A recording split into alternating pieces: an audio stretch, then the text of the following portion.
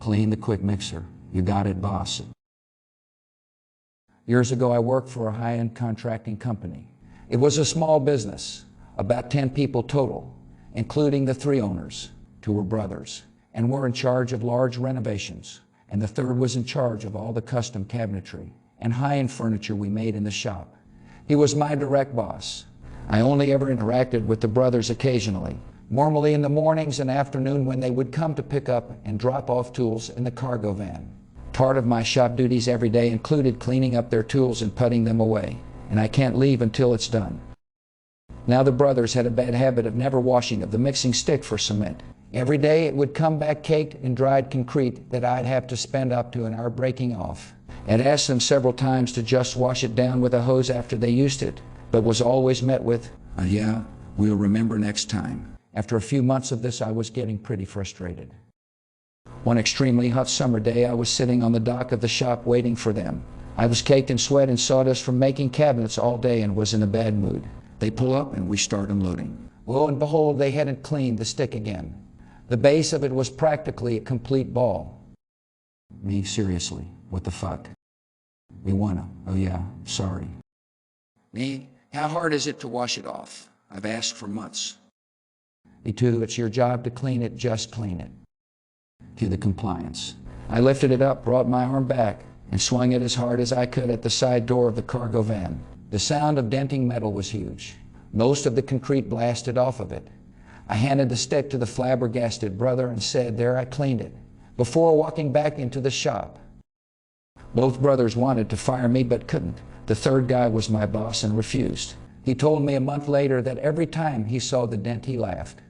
They always brought it back clean afterwards.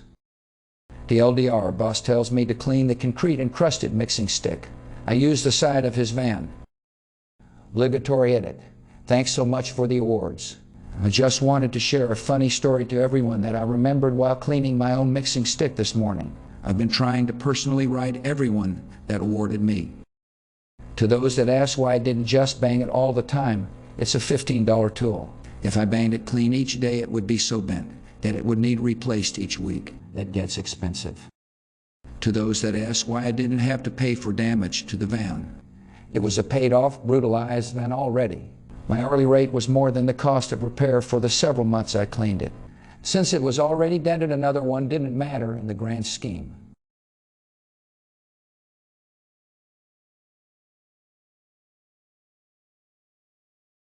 Management decided to take away the ER linen bins. ER nurses and paramedics responded. This is pretty petty, but I fucking love it, so I'm posting it anyway. An emergency room nurse in a hospital I worked at, our management decided to take away our dirty linen bins because they looked cluttered and dirty, and they generated bacteria. Fair points if we were leaving them in clean rooms, which we weren't. But I digress. Their solution: we had to find a dirty linens bag, pack it, and then take it to the soiled linens room. The emergency room generates a ton of dirty linens. We have to decontaminate at least 1 set per patient, obviously. Then there are linens that have to be changed when blood gets on them. When a patient experiences incontinence, when someone spills a drink on them, countless reasons. You get the idea. This leads to the non-stop creation of multitudes of dirty sheets. We are also running around constantly, trying to keep people alive, receive new patients, etc. So, the natural conclusion was that bags full of used, but see, we weren't about putting people at risk. Linens were now present on the floor everywhere, outside of rooms, in the hallway, in secluded corners where someone thought, I'll take it, right after I give this med. You couldn't walk across the air now without seeing at least one. The icing on the cake came from the ambulance crews, though. They generated at least as many linens as us for similar reasons. After the removal of the bins, they started to toss them into the emergency medical services trash can in the ambulance bay, as they didn't know where the bags in the linen closet were. So someone decided to leave a note on their trash. Stop throwing linens away. A particularly bold paramedic responded. What do you reasonably expect us to do? Not gonna lie, when I saw it, I laughed. It actually made my whole day. Don't take my linen bins. Nothing has changed yet. but I will update with hopefully my bins return to their rightful places.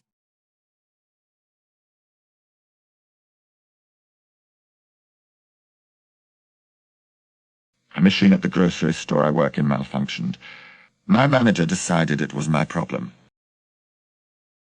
The machine that takes in the bottles that have a deposit fee on them was broken. The machine couldn't scan the bottles, so the customers wouldn't get their money back. A customer told me about it, so I told my manager. He told me that I should take care of it because he was on break and the customers came to me. I told the customer that I couldn't help her and that she needed to come back some other time when it was fixed. My manager said that handling things in that way was also not acceptable. I started to get a little bit infuriated, so I decided to go back to the work I was supposed to do. Customers kept on coming to me with the same problem, so I went back to the manager, who literally told me, "You are at work. Customers complain to you. It's your problem." I told my co-workers about it.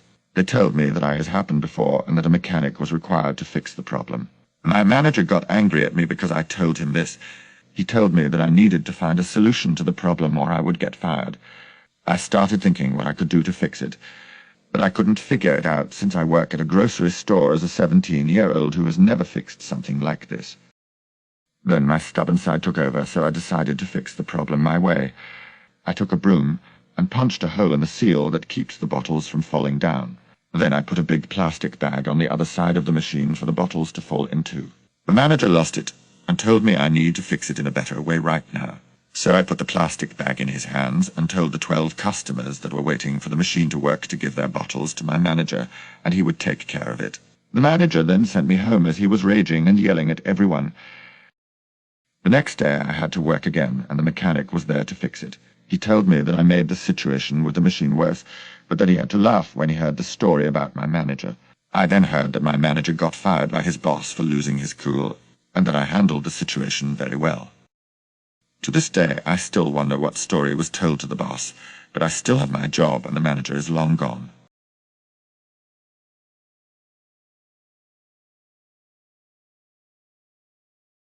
A customer wanted her ice cream crunchy, so I made it crunchy.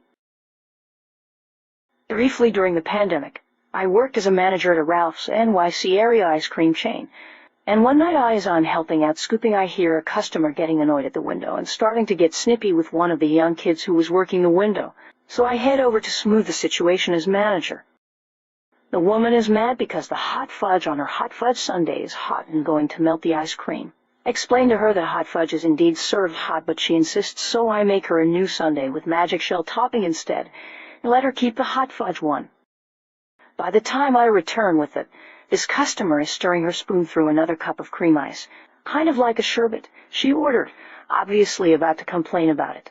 The flavor she ordered was called Graham Crunch, and she proceeded to tell me that there wasn't any Graham Crunch in it, that she orders this flavor all the time, and she knows that I'm intentionally stiffing her.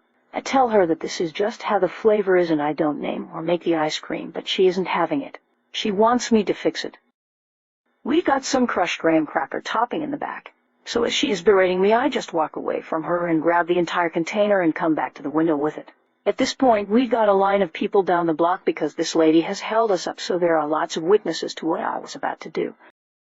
Without breaking eye contact with her, as she continues to tell me that I'm wrong about the ice cream I scoop 6 days a week, open the lid of the container and empty the entire thing over her cup of the offending ice cream. Graham crackers are everywhere. Her ice cream is now definitely crunchy. She loses her mind at this and starts yelling at me. She knows the owner will get me fired. I tell her, yeah, Steve is a nice guy, and she responds with, I've known Steve a long time, to which I respond, well, his name is John. Get out of here and don't bother my employees for free ice cream again. Now sufficiently embarrassed in front of the long line of customers, the lady leaves in a huff and indeed never returns.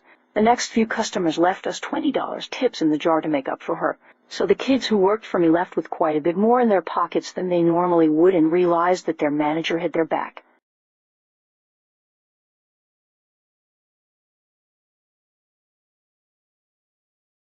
Check out my other stupendous videos.